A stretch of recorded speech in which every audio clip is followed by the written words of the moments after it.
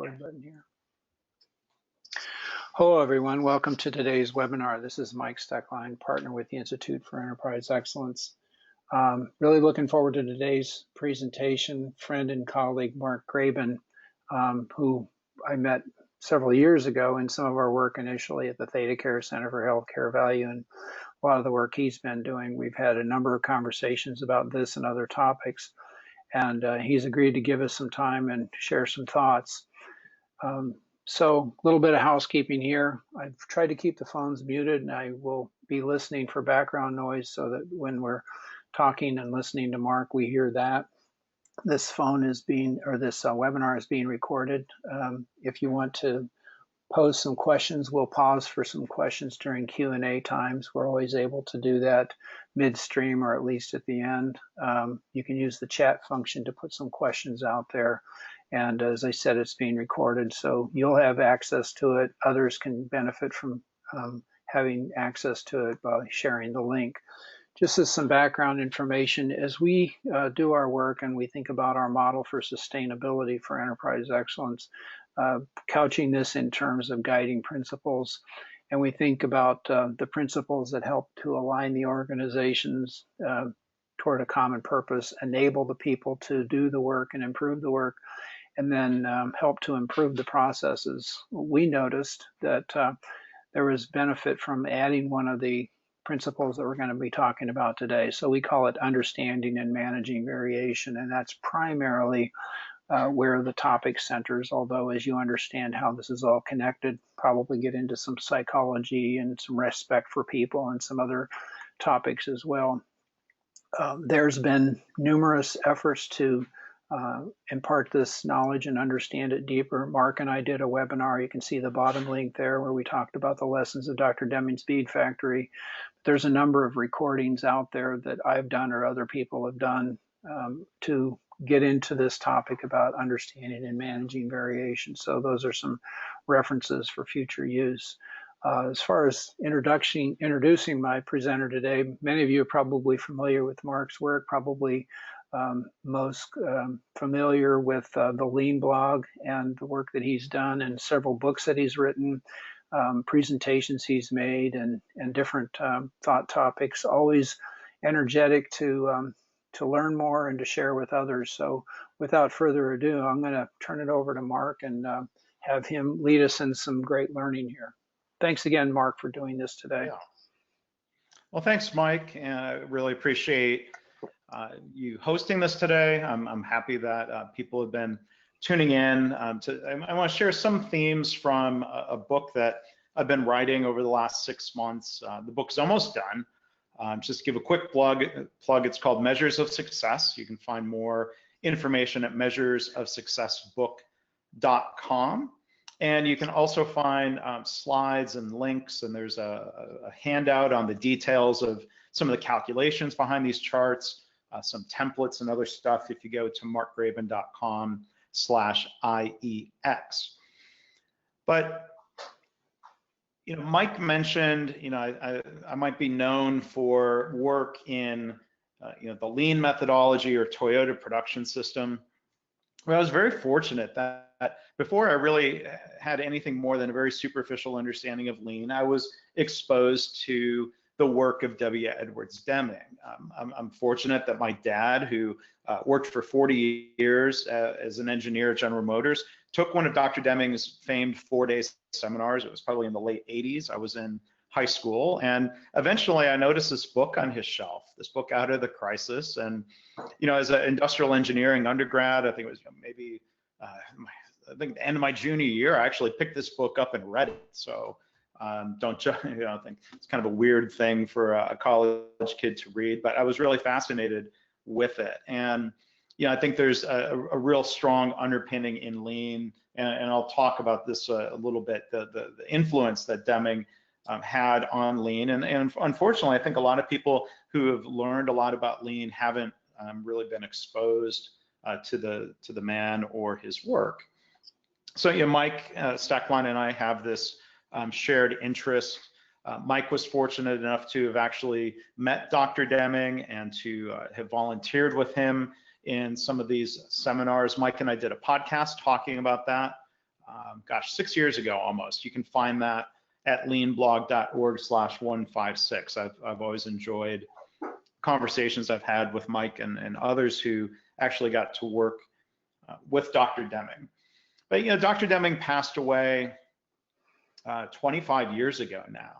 And so you might wonder the relevance. People say, okay, well, oh, that's old thinking. Well, I think in a lot of ways, Dr. Deming was very much ahead of his time. And Toyota was greatly influenced by Dr. Deming. And even in recent years, you still hear Toyota executives make comments. Shoichiro Toyota from the Toyota family said, there is not a day I don't think about what Dr. Deming meant to us. I guess we could take out the double negative and say, well, every day I do think about what Dr. Deming meant to us. That Deming is the core of our management. Now, if you know Dr. Deming's 14 points, I don't think all of them have been embraced equally by Toyota. They probably still do annual performance reviews and some of the things that Dr. Deming would have advised against. But there are a lot of core ideas around understanding systems, continual improvement, engaging people in that improvement process, but at the same time, recognizing that leaders have a special role and their responsibility for the system. A lot of ideas that are baked into, I think, the core of the Toyota Way approach.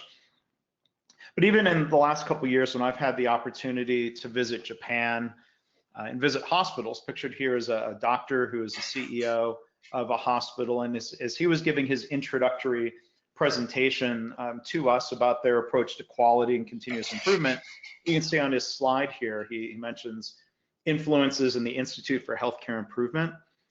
Dr. Saito came to the US to the conferences that were often held here in Orlando, and you can see here the two key influences are Dr. Deming, kind of this broader, what he called system of profound knowledge that included psychology and variation and other factors. But then there was arguably Deming's teacher, or one of Deming's teachers, Walter Schuhart, who is credited with inventing the statistical process control, chart, and methodology. And here you see that phrase again, understanding variation. So in recent years, people in Japan still feel like Dr. Deming is a living part of their approach to management and quality improvement.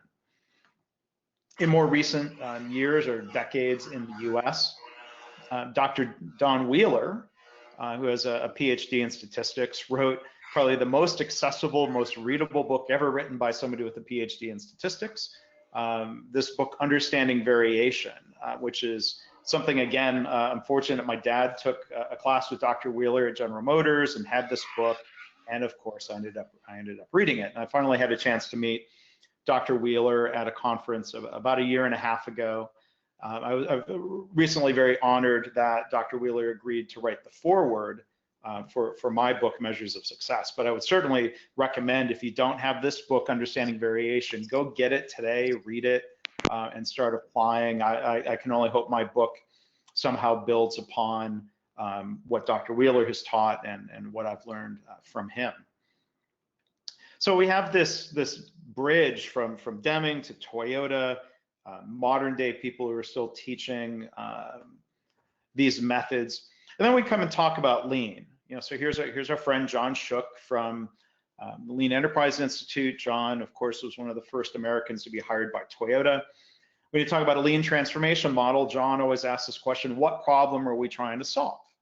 So rather than me being in a position where I'm pushing statistical process control methods or certain types of charts and mindsets I'm going to share today, I think we can step back and think about the problem. So I want to spend a little bit of time trying to frame that today and make sure we're focusing on that. So some of the problems that we face in organizations are attempted to be addressed by things that might be called lean daily management or strategy deployment. And again, I'm saying these are solutions, not problems. This is not the problem to solve. But we can, I think, improve upon some of the methods that we often see embedded in the practice of daily lean management or strategy deployment. How are we visualizing data and metrics? How are we responding to those over time? How are we connecting to improvement? So we might take something that's good and helpful in a lot of ways and try to, I guess, let's continuously improve some of our methods for continuous improvement. So in my travels, we'll see things like this. We go to an organization and you see a whiteboard, and with a number written, yesterday's number, how's it compared to a goal? We see a smiley face. This doesn't tell us anything about trends, patterns, history. All it tells us is yesterday was better than the goal. We might see what we call, some people call bowling charts, just vast, dense tables of numbers, which often have a comparison to a goal. So we shade things in red or green. Again, we have this good, bad analysis. It's really hard to see trends from just a table of numbers. It's more effective and more helpful to, if you will, plot the dots, as some people in England like to say. We plot those dots though. So as an example, we might call a run chart. Much more visually apparent to see if there are trends, but we want to be careful that we don't, sort of draw what you might call a wishful thinking linear trend line that sort of paints a picture of ongoing improvement that sort of implies, well, if we do nothing, things will keep improving. And I think that's often not true, unfortunately. So we'll talk about an alternative to that style of analysis. Or we may see, it's nice to see hand-drawn charts. And we'll come back to this topic later of, again, focusing more on the red, yellow, green, which is just one dimension of what we need to look at as leaders. Are we meeting the goal today is not the only question we should be answering. And it's not the only question that should be driving our attempts at improvement. So there's this kind of variations of this expression that get attributed to Drucker or others. What gets measured gets managed. And so there's a lot of good discussion, necessary discussion, whether it's in the context of strategy deployment or the lean startup methodology of asking, what should we measure? Let's not have what Eric Ries calls vanity metrics. Let's measure the things that really matter to the success of the business. But within this phrase, I think the gets managed part is shortchanged. So we could ask the question, how do we manage the metric? Or maybe more accurately, how do we manage the system that is generating those metrics and the performance over time? So let's look at a common dynamic I've seen in a lot of organizations. This is in the context of a software company where we're measuring something, new premium users that sign up every week. And if this is driving revenue, arguably it's not a vanity metric. It's not something like, how many people are coming to our website. This is actually something core to our success. And in the first week, that number is about 86. And a manager might say, well, we need to improve. I'm sure we can do better. We set a goal of 90. And there's just sort of this general admonition to try harder, do better, you'll figure it out. So I come back the next week and have a meeting and see that the number has gone up, which is, doesn't require a PhD in statistics to say up is good, up is better, but now it's above the goal. So now we can color it in green. And the manager might smile and say, hooray, good job, keep it up. I like this trend. Maybe I should have set the goal at 100 because it looks like this pace will be there real soon. And so the manager goes away. A week later, we come back and see the number has gone back down. It's back in the red. I want to be shocked. Like, I thought you were doing better. You must have slacked off. What happened? The team's given an inspirational speech, and we come back. A few weeks later, it's going up. It gets back into the green, and the manager's quite pleased. And the manager might be pleased with themselves for inspiring the team by telling them to do better. And we may even pat people on the back and say, good job. And then things go back down, and now we're back in the red. Manager gets upset again. You proved what's possible. Why aren't you generating those great results every week? You need to do better. And so we come back and the number goes back up. We love our team. The number goes back down and we're upset. So this kind of just reactive, knee-jerk reaction to every up and down, to every red or green, doesn't necessarily provide a lot of insight into the system. The mindset is very simple. It says, well, green is good, so basically we'll do nothing. Red is bad, which means go do something. But what is the something that we need to do in different types of situations? That might not be clear. The do something probably shouldn't be limited to try harder, do better. So I think there's three core questions. A lot of organizations kind of get stuck on the first question: are we achieving our goal? But I think we also need to ask, how is our performance trending? Are things getting better? Is it getting worse? Are we just fluctuating? How would we know? Can we predict future performance? And then how do we improve based on different ways that our metrics might be fluctuating over time?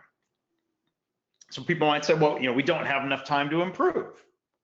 Well, I think that's a problem to be solved. And I think that's one of the problem statements to which this methodology is a solution. If we're wasting a lot of time over-explaining or overreacting to noise in a metric, if we make people write a report, do an A3, do a root cause analysis on every downtick or below average point, that generates a lot of activity, a lot of motion, but it might not really contribute to improvement. So part of the core argument I'm trying to make in my book is that if we stop wasting time explaining noise and learn when to react and how to react appropriately, we can better focus our efforts and drive more improvement. So in Dr. Wheeler's book, he says, while every data set contains noise, you might call this routine variation, you could call this common cause variation, you can think of it as fluctuation in the metric. Some data sets may contain signals that something has changed in the system that's reflected in the metric. Signals are worth looking at more closely. But before you can detect a signal within a given data set, you must first filter out the noise. And the method that we have for doing so is what Dr. Wheeler calls the process behavior chart.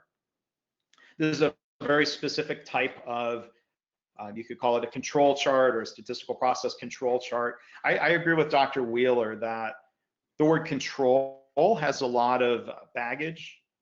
People might react negatively the way they, unfortunately, I understand why they react negatively to the word lean. Process behavior chart is, I think at its core, a much more descriptive term.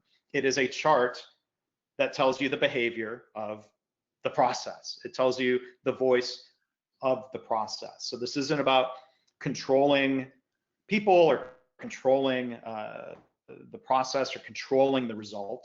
It's looking at how the process is behaving and responding appropriately and most effectively as leaders.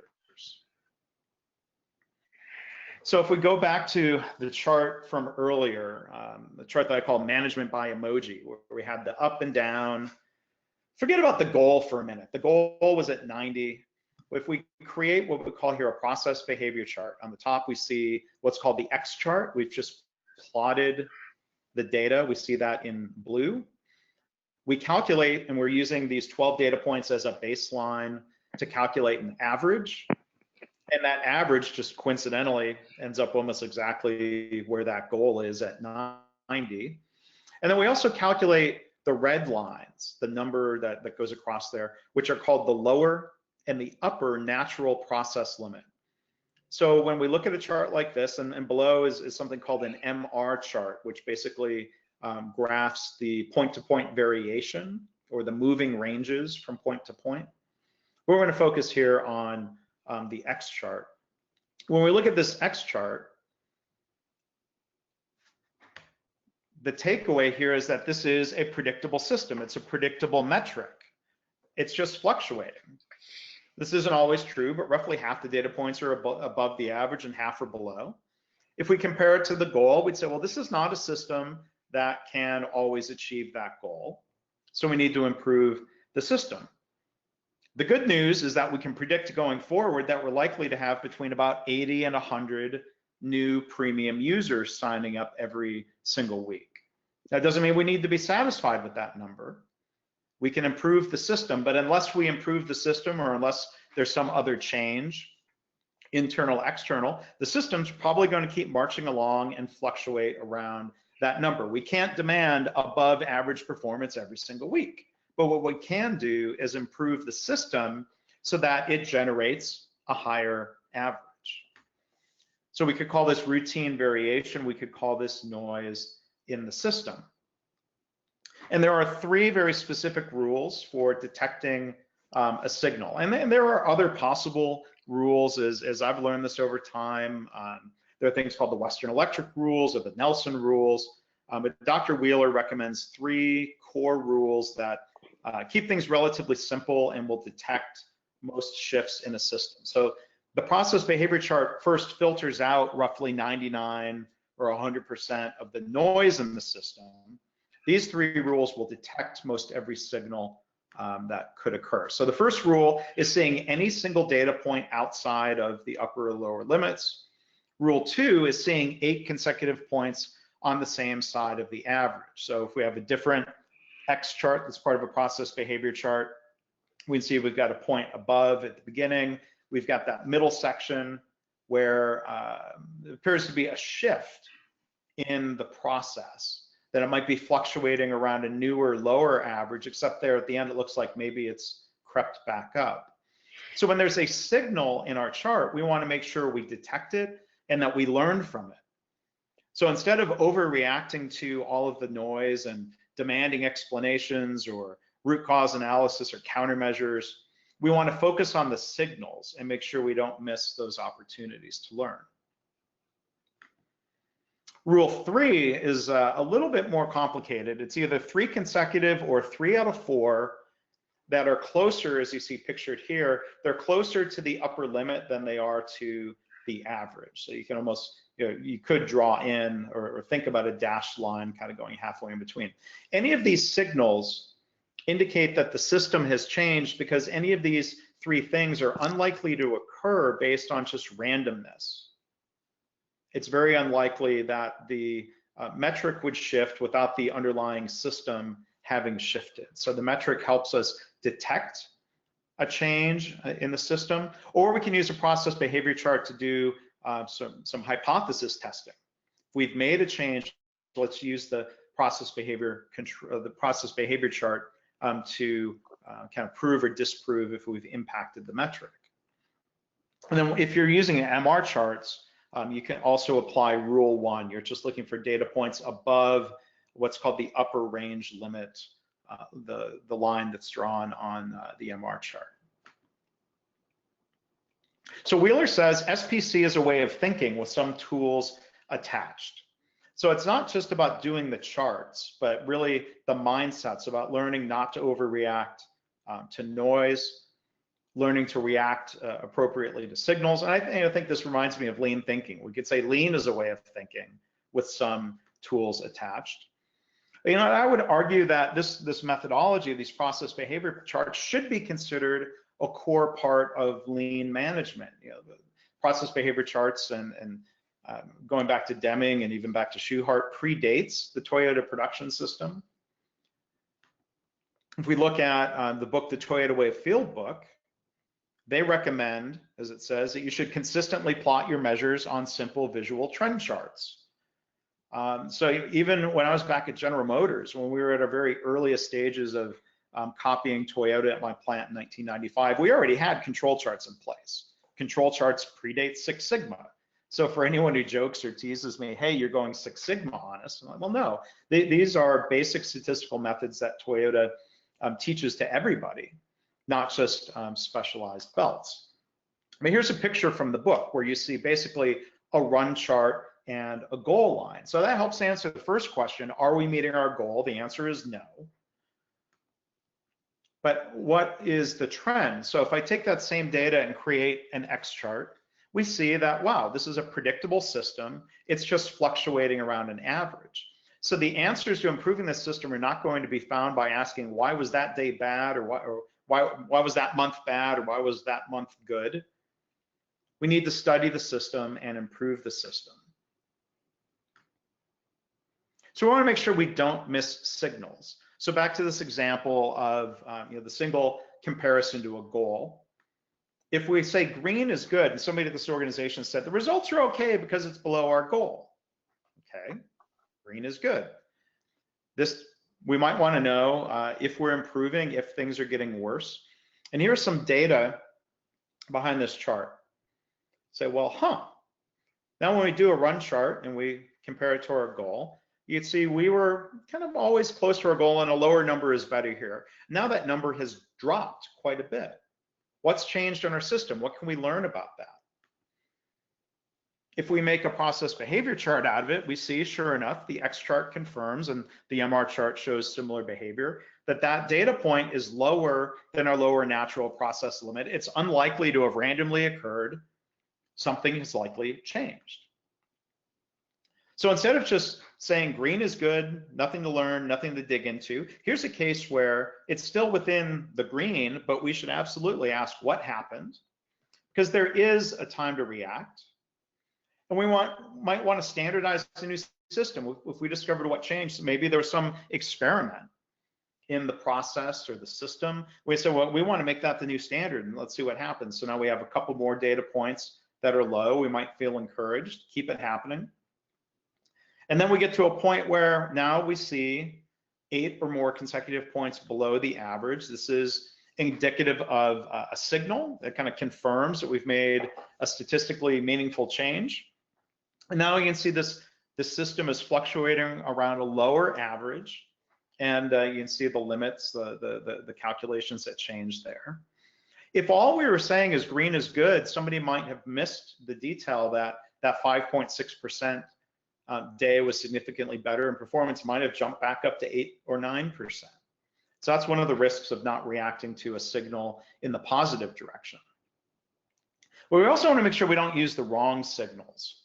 There are different methodologies that get taught of saying, well, if anything is below, if anything's worse than the target 2 days in a row, you must investigate. Well, depending on the system and depending on the chart, 2 days in the red, if you will, might be part of the noise in the system. There's another book I read that said, well, you should do a 90-day rolling average, and any day that's below average requires root cause analysis. Well, that seems like a lot of effort that might not lead to a lot of insight about the system. Even with a moving average, and I've applied this methodology to different data sets I have, and you end up with a lot of reaction. You end up with very many below average data points, and that's probably not the right criteria. So here's an example. This was posted in an organization that was practicing lean daily management. And you can see the chart with the green and the red. It goes up. Each arrow represents a data point. It's kind of a peculiar way of drawing it instead of just having dots and lines. But you can see the dynamic here where the metric's going up. It's in the green. It hits 100%. We see a smiley face. And then it goes back down. And then it goes back up, and we see a smiley face. And it's when you start learning about process behavior charts, you realize that red-green is not the only criteria. We can sort of even qualitatively start thinking of it as a process behavior chart and say, well, there's an average there. That average performance is maybe a little bit lower than the goal. Kind of eyeballing it, or I could probably go and do the math on this. This is the way of thinking versus the tool, and say there's a lower natural process behavior limit. The point that's kind of hard for leaders to accept sometimes is that a predictable process, the same people doing the same work in the same system for the same customers, that sameness is going to generate different results. Every system, as Dr. Wheeler said, has noise. Each system has some level, natural level of routine variation. So the process behavior chart and the math behind that helps us calculate that limit so we can detect when that level of variation has changed, when our average performance has changed. So I think instead of viewing a metric as just a series of dots that are good or bad, we start thinking about ranges of performance. Mike mentioned the red bead experiment. When you play the red bead experiment, that is an exercise in learning about routine variation. And a very, very simple process. Different people doing the same work the same way generate, guess what? Varying results. So again, we have to separate noise from signal. Asking someone to explain one of those low red days in the mindset of, well, what happened that day? There may absolutely be no answer to that question. Nothing was different that day. Nothing happened. But why are results worse? Sometimes that just happens. It's part of our common cause or routine variation in the system. No matter how much we demand consistency or pressure people to be green or smiley faced every day. Here's another example. I had some red, yellow, green. And then I started looking and said, well, this also seems to be fluctuating. You can see handwritten in is a quote unquote explanation for each of those high data points. Dr. Wheeler uses this phrase, writing fiction. When someone's asked to go out and cook up an explanation, there is no explanation. So somebody comes up with something that sounds reasonable, kind of placate the boss. And then guess what? If you just wait it out, performance tends to fluctuate back into a better range. In this chart, you see red, yellow, green. And I asked them, like, I hadn't seen yellow on a lot of charts. Why is there yellow on this chart? And somebody kind of turned and half whispered, like they were telling me a secret. We're not supposed to have yellow. I'm like, well, why do you have yellow? And they said, well, because our chart was always in the red and that was getting demoralizing. I'm like, well, that's, you know, it kind of illustrates the expression that every system is perfectly designed to give the results it gives. I think what's demoralizing is just, you know, kind of this back and forth of, you know, explaining every red. Well, that doesn't make anything better. I think what's demoralizing is that the leaders aren't working with people to improve the system to bring the average level of performance down into the green. I think that's demoralizing. So if we think about this in terms of process behavior chart thinking and methodology, there's our goal. We see the boundary of the green and the yellow. We kind of draw an average and draw some limits. Again, I think there are at least 3 instances in this chart where there was overreaction, which I would argue is not the best use of time, and it distracts us and kind of sucks up time that should maybe be used to instead step back and do an A3 that talks about how do we reduce the metric? How do we improve the average level of performance? How do we improve the system in a way that reduces variation so that we tighten up those limits? So yes, it matters. Are we hitting goals or not? We could get into a whole discussion about whether the goals are arbitrary or not. But I'm going to try to make a final point here before we'll do some Q&A of that.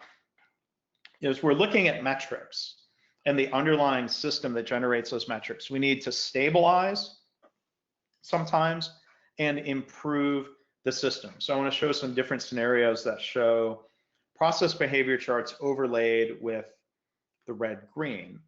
And again, we don't want to confuse the goal with the process limit. We don't get to choose our process behavior limits. Those are calculated. And then we can compare how our performance lines up with the goal. So here's a chart where I say a couple of things. One, it's as happens sometimes, the upper limit is coincidentally close to the goal. But if we're looking at the data points here on this X chart, we see different signals. We see points above the upper limit in the good direction, up in the green. And we also see a couple of data points down below or the lower limit in the red. So anytime that, you know, if we've created this retrospective chart as a starting point, we'd ask what happened on those 3 green days. Was that just a fluke, or was there something different in the system that wasn't being repeated or standardized in the future? The same way we would ask about those 2 red days below the lower limit. What was different those days? What happened? Was it something we had control over internally, or was it an external factor that just happened to us? But either way, this sort of exceptional good performance or exceptional bad performance, poof, disappears.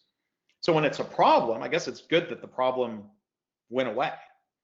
but did we really learn enough about the problem to prevent future recurrence?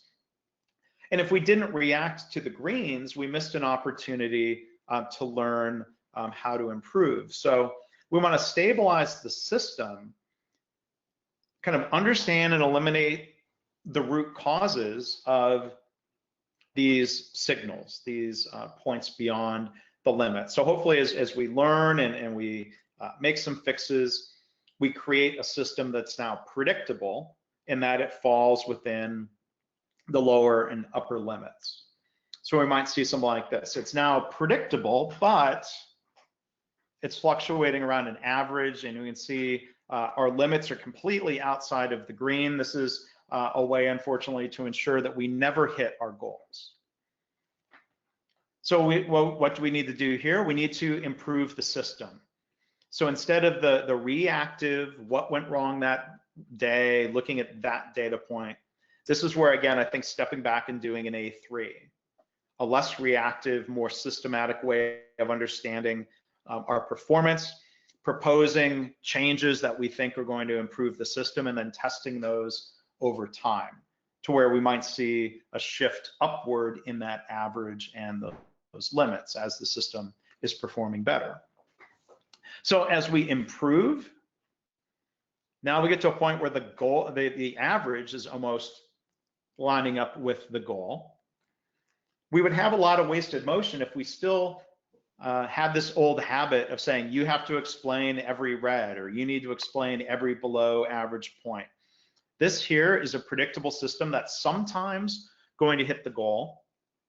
So I think some of the key lessons are don't overreact, and again, work to improve the system to where hopefully, ideally, we get to performance that looks like this. We've boosted the average through a number of Kaizen events, A3 problem-solving exercises, maybe even some Six Sigma projects. Systematic improvement that boosts the average level of performance and tightens up variation, which if I've thrown a bone to Six Sigma, we can also reduce variation through lean, by the way. We see those limits are now tightened, and we can predict going forward and feel pretty confident that this system is always going to generate results that are in the green unless something changes in the system. So one of our reaction points to look for in future data points is a point that's in that middle zone between the goal and the lower limit. A lot of organizations, if that point drops down below the limit and it was still green, people would say, well, it's hitting the goal, it's still fine. But that might be another instance of a missed signal, and that one data point that's still green but below the lower limit might be indicative of a bad shift in the system. So we can react to that first data point, it's still green, get performance back up into its old range. That might prevent us from ever dipping down into the red. But even then, if we have a system that's predictable and performing consistently within that green, acceptable, good zone, we can still challenge ourselves. Can we improve the system? Now, if we've got 6 different metrics and some of them are still unpredictable and still in the red, we might need to focus some of our attention elsewhere. But we can still systematically improve, boosting the average, tightening and raising the natural process behavior limits. Because a customer, somebody may raise the goal on us.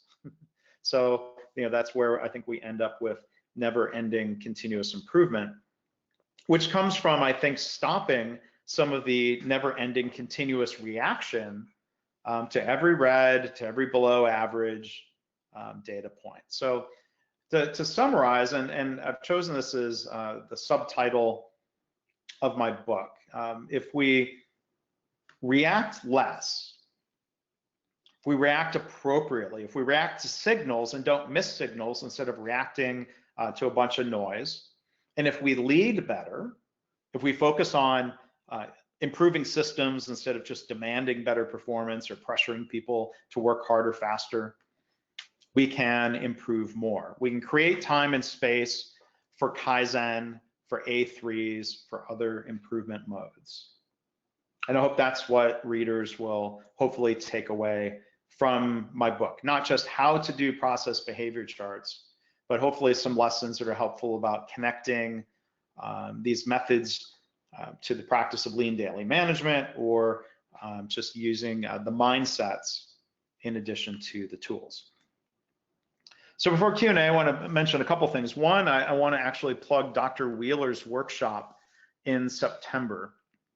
So I've registered. I am going 4 days, September 10th to 13th in Knoxville. As you see, I invited readers on my blog to come attend with me. A couple people I think have already signed up. I can send you a link, or if you go to Lean Blog, it's one of the recent posts. Hopefully some of you would want to come learn from really, I think, the leading expert on these topics.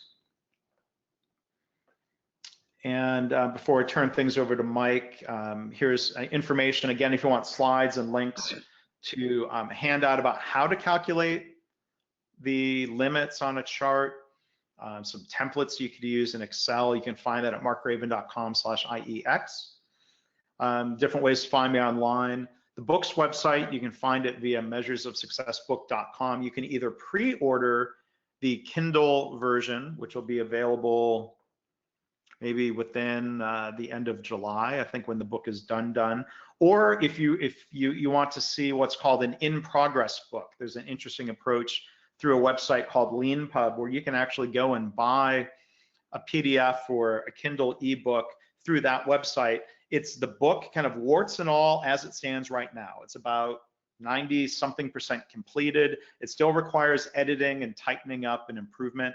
But I've really appreciated that early buyers of the book have given me feedback and ideas, whether it's typos, there's a never-ending battle, or ideas about flow or how to state things more clearly. There's a process for that. And you can find both of those links at measuresofsuccessbook.com. So with that, Mike, I'll turn it back over to you. And I think if you've got some announcements, or we'll definitely have time for Q&A. Great, thanks, Mark. I always learn something from listening to you, and it's a great topic of interest to me. So I've unmuted the phones. If anyone has a question for Mark or comments, you can also use the chat function if you would like to. So I'm going to pause and see if there's some dialogue that people would like to have. Mike, I mean, were there any questions while we're waiting maybe for people to answer some questions? I'm sure this sparked thoughts of that you could add, or is there anything that I could clarify, anything you disagree with, or I'm interested in your experience because you showed the typical way of looking at the data, and you're looking at bowling charts, and typically those come in cadence of about monthly, something like that. And so as you learn about this, you may say, well, is it a problem if we react to every time that it's red, or maybe 2 reds in a row is a problem? And of course, then you've got the advice about, so how many data points in a row do you take before you react to it? But we must not wait too long, because we can't say, well, let's wait 8 months to see how this goes. So. So I mean, there's a couple thoughts there. One is that, you know, these rules for determining a signal, the rules for determining the width, of calculating the width of those limits, are meant to balance out some of the risks. There's a risk of thinking there's a signal when it's not really a signal. There's also the risk of missing a signal. So we're trying to balance those out, where, you know, the one extreme, if we react every below average data point, we have a ton of mistaken signals. We're reacting to stuff that's not a signal. You know, if somebody were using a different set of rules, that they might miss a signal. But I think there's also the dynamic between weekly and daily metrics. So, you know, if you're looking at a metric weekly, you've obviously got, you know, more frequent data points. So if you're looking for any of these signals, a week that's above the outside of the limits is going to be seen more quickly than a month that's outside of those limits. So sometimes, you know, one bad week or one exceptionally good week is the beginning of what would be an exceptionally bad or exceptionally good month. The weekly chart allows us to detect one of those signals more quickly. If we look at the rule of having 8 consecutive data points above or below the previously established average, obviously 8 weeks is faster than 8 months. 8 days would be faster than 8 weeks. So these rules help us, as we do more, quote unquote, real-time metrics, the rules and the limits help us avoid overreacting, right? So as we go from a daily metric to a weekly metric, the weekly metric tends to smooth out some of the variation, and the limits are relatively narrower. And then when we do a monthly chart, the same thing occurs. More of the variation is smoothed out, and the limits tend to be narrower. So back to a daily chart, when there tends to be more day-to-day fluctuation, the limits, as they're calculated, adjust accordingly to prevent overreacting to a daily metric. And then there's another dynamic where sometimes variation, a signal that's seen in daily or weekly metrics will be completely hidden and buried within the monthly metric.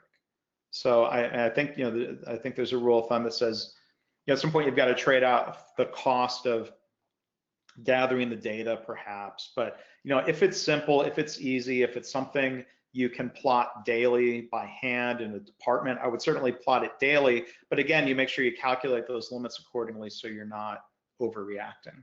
Yeah, that's great advice. I like that. Brian has a question. How do you use KPIs? I guess that's key performance indicators relative to process behavior charts effectively. Well, I would think of, our key performance indicators. I think sometimes people forget the K stands for key. Go to an organization and you see a kajillion process indicators. So like at a strategy deployment level, I would apply process behavior charts to what might be a weekly or a daily metric. If we have KPIs at a team or department level that are maybe being tracked daily or, gosh, in some cases even hourly, you could apply process behavior charts as the way of understanding if your KPIs are predictable, if things are, what your trends are, and help drive improvements. Then we have this other question from Dan. I'm a proponent, I'm going to just read it, Mike. I don't know if you can still hear me. Well, I'm a proponent of the X and MR chart learned from Wheeler, and that's basically, that's the basis. Process behavior charts are X and MR charts. Do you have thoughts about using process behavior charts based on probability distributions with subgroups versus plotting individual values? So yes, and it's controversial to some.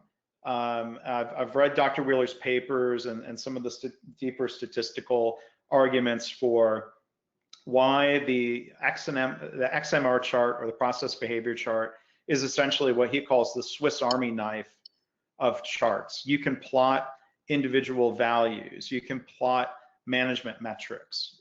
You don't need to worry about the end subgroups, and you don't end up with the process limits that are varying based on the subgroup size. And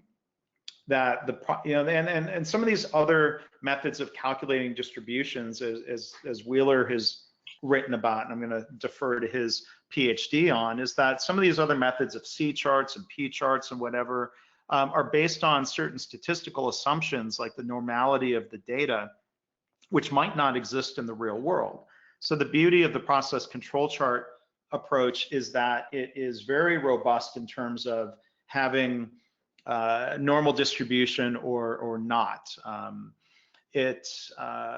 It really simplifies things, that you don't have to bicker over which chart to use. When I taught a workshop about this a couple of months ago, there was a Six Sigma Master Black Belt in the class. And his takeaway was, that this approach is something that he could, I think, explain more clearly to managers who don't have a black belt statistical education, that the process behavior chart, and especially the mindset, is correct enough to be helpful in the real world, as opposed to all of those other particular types of control charts. Yeah, I think that's great advice. One more question here. I see Brian has a question. Thoughts on addressing different personalities, head thinkers, heart relationship, gut initiative, regarding measuring success? Assuming thinkers okay with data, but relationship folks focused on people, react to emotions related to being measured, etc. That's an interesting question, and I'll say hi, Brian, while I'm thinking about the question. Brian and I've crossed paths and met before. So I don't know. Maybe, I mean, this maybe requires kind of a deeper discussion. I mean, I don't think so. I think in a way, or one way of answering this is that the math, the thinking side, the rational side, helps us prevent people from being jerked around to now the emotional side of this is unfair. Why are you, praising me on some days and chewing us out on other days? And it feels like an almost cruel random reaction. I'm plugging away doing the same work the same way every day. It sounds like kind of a cruel psychology exercise to randomly reward or punish people. Dr. Deming, referred to this as, the lottery of performance appraisal. So, hopefully this takes some of the demoralizing emotion out of the workplace by using measures and in managing this way with them. But Brian, I'd encourage you to reach out, email me. We haven't talked in a while. Maybe we can do a phone call and I can kind of better understand the question and your perspective from a psychology background. I think that's great advice. Thanks, Mark. So what happens next? This recording is going to be, you go to our website and you see it'll be moved to the previous events where you can get a link to the recording. Upcoming work in July, a conversation about the Cynefin framework related to understanding what kind of a system are you dealing with. An interesting topic people may be familiar with, and so I'm looking forward to that presentation. And I've got a bunch in the works. So people have said they'd like to present. They have some ideas. Katie Anderson, some folks from Winona Health, my friend Dirk in Florida has some ideas. Dan is on the webinar today, and he's got some ideas about what he would like to do. My friend Dale Lute in Pennsylvania has some ideas, and then some folks I've been working with in the Mayo Clinic Health System, Franciscan Health in La Crosse, have got a nifty system that they've developed, matching supply and demand, that I encourage them to share, and they would like to do that. So no dates yet set for these, but people are lining up to do some presentations. And that just reminds me that if anyone has an interest to share a topic that they're excited about, or if they would like to learn more about, you can reach out to me by my email address there. You can also participate on our sharing group on LinkedIn, and currently, we're having some discussions about a paper that we've been writing on the Pracademic's Guide to Strategy Deployment. And so there's some dialogue going on with that. So again, I want to thank Mark for taking the time for preparing and presenting this presentation today, and thank everyone who was able to participate. And I hope everyone has a good day and a good weekend. And if you're traveling, I hope you have safe travels. So thanks again for taking the time, Mark. This was terrific. Oh, thank you, Mike. And as you like to say, we finished on time. There you go. We did that, didn't we? All right. Thanks, guys.